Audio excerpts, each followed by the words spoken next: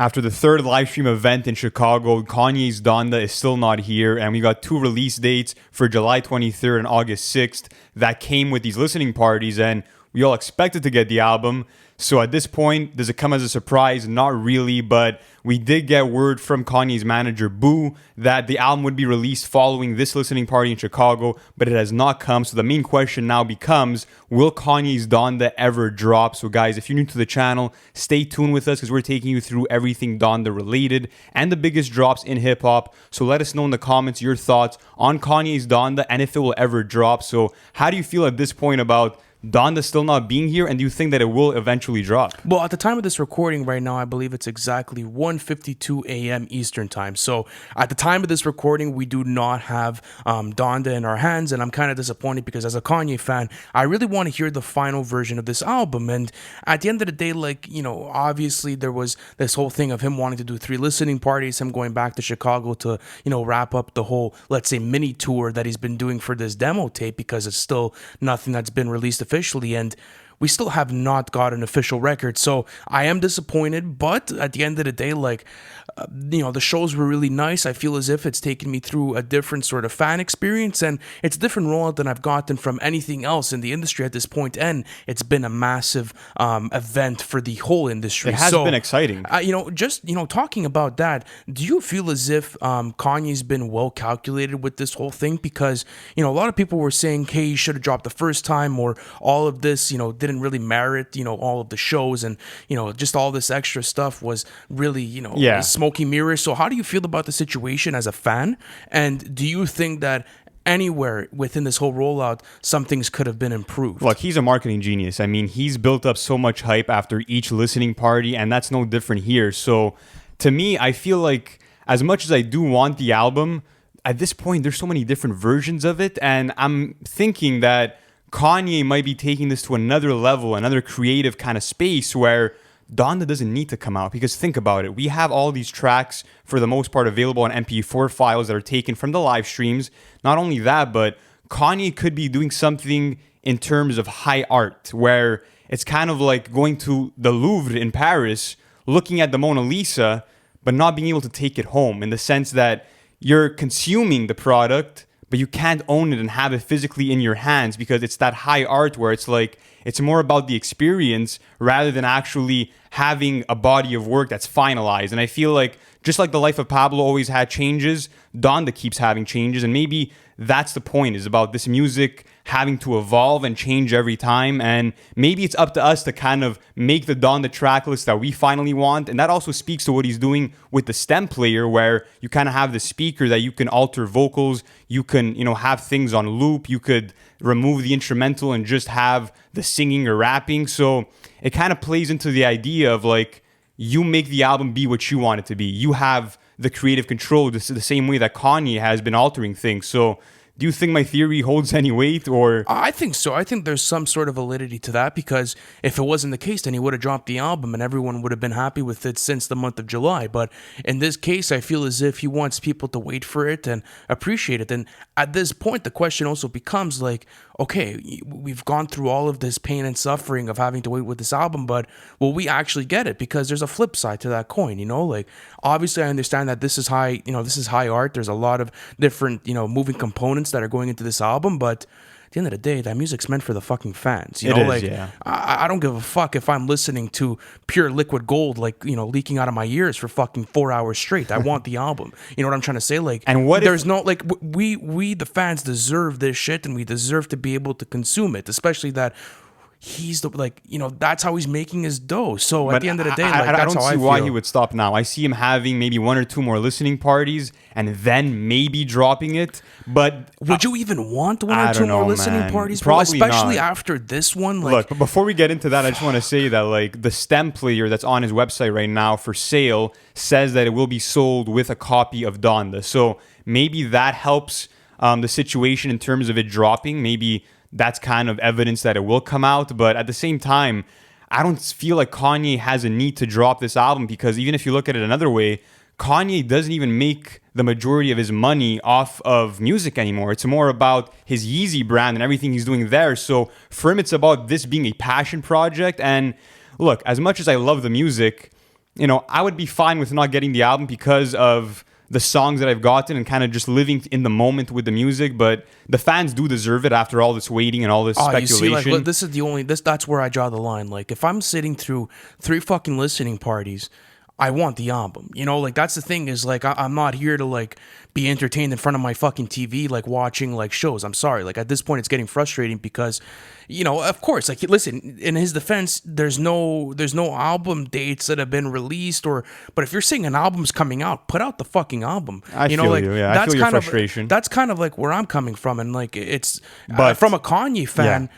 I understand, I've gone through release dates and I've gotten, albums late and I've been like, okay, that's fine. It happened with Ye. It happened with Jesus is King where it would drop like a couple of hours after 12 or it would drop the next afternoon. Then we've gotten so many different albums that have dropped late, but this is getting ridiculous. Delay after delay. But let me ask you this, based on what you heard tonight, if that's the version of the album that would come out with all these new changes, would you be happy? Because we spoke earlier and we weren't vibing as much this time, man. No, for sure. And I want to take this all the way to remote, I believe. Let's start there. I think that's a great place to start because on the second version, well, at least the second listening party, you heard that there was added verses from Kid Cudi and Young Thug.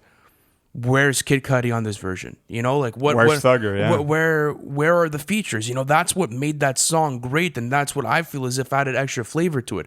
Either than that, the song kind of gets repetitive, kind of like your gripe with the first listening party. Another song that I really want to talk about, hold on, I have it here, is "Keep My Spirit Alive" featuring Conway, Casey, and Westside Gunn. There's only Westside Gunn on it now. The Conway verse was taken off, and I believe Casey's vocals were taken off as well. So I think Westside Gunn was featured on a different song, but I could be mistaken. I'm not sure. I believe, based on what I had seen on Twitter, yeah. I believe that's the case. And another thing is Jesus Lord.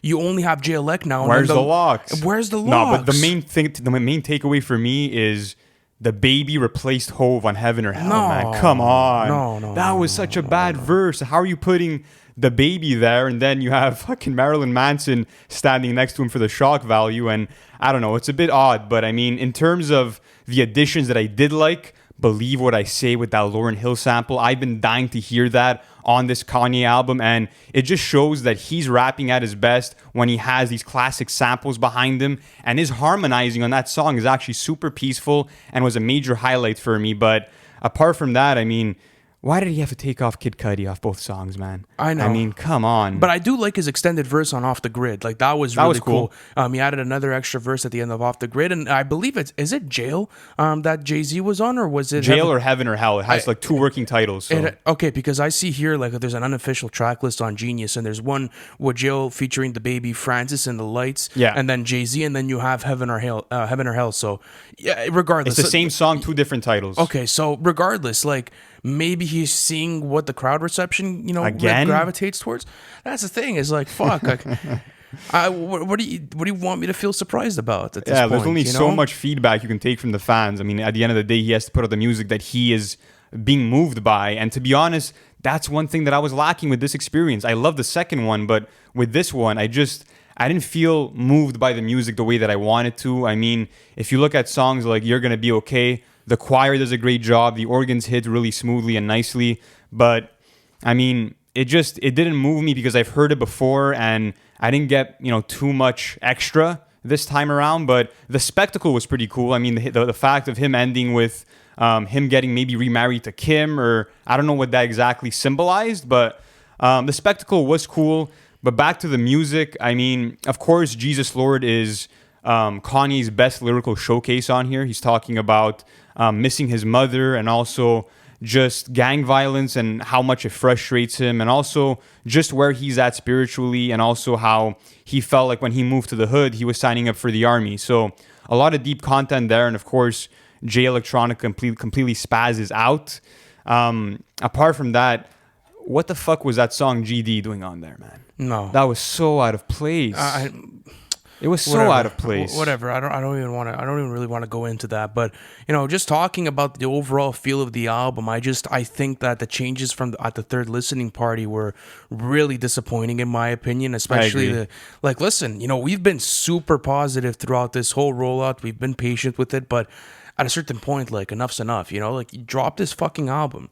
Just drop it. Like do what you got to do and give people the music because, you know, I'm talking about listening parties at this point. Like I want to be talking about the album. I want to That's be the whole point, though. You know? have to say, as frustrating as it is revolutionary what he's doing here because no one rolls out albums like that, man. It's revolutionary. I understand. It's different than what everyone's doing, and we've been mentioning that on the channel. But at a certain point, it's You just like, want the music. yeah, you know, like I get it. You know, do your run, like have the most creativity you possibly can, but I understand that, you know, your fan base might be getting frustrated at a certain point because you're teasing this music for over a month. You're giving them so many different versions of songs. And now it's kind of like the whole element of surprise going into the album is low-key ruined because you kind of know what's going to be on there already. You know how it's going to sound. And now it's not like, what is he going to do again? It's kind of like, okay, I know what he's going to do again, but what versions of what is he going to do again am I going to get? So, but that does create suspense. It's like, oh, which songs are going to make it? Which features are going to make the final album? Like, I get you. And it does create that anticipation and it's even a more. It's a different album experience for that reason, but I have a gripe with that. And it's that there's no more element of surprise to this whole album anymore. Like, yeah, I know. Going into the whole Donda experience, when we had done our first video called The New Era of Kanye, you guys can check that out on the channel, by the way.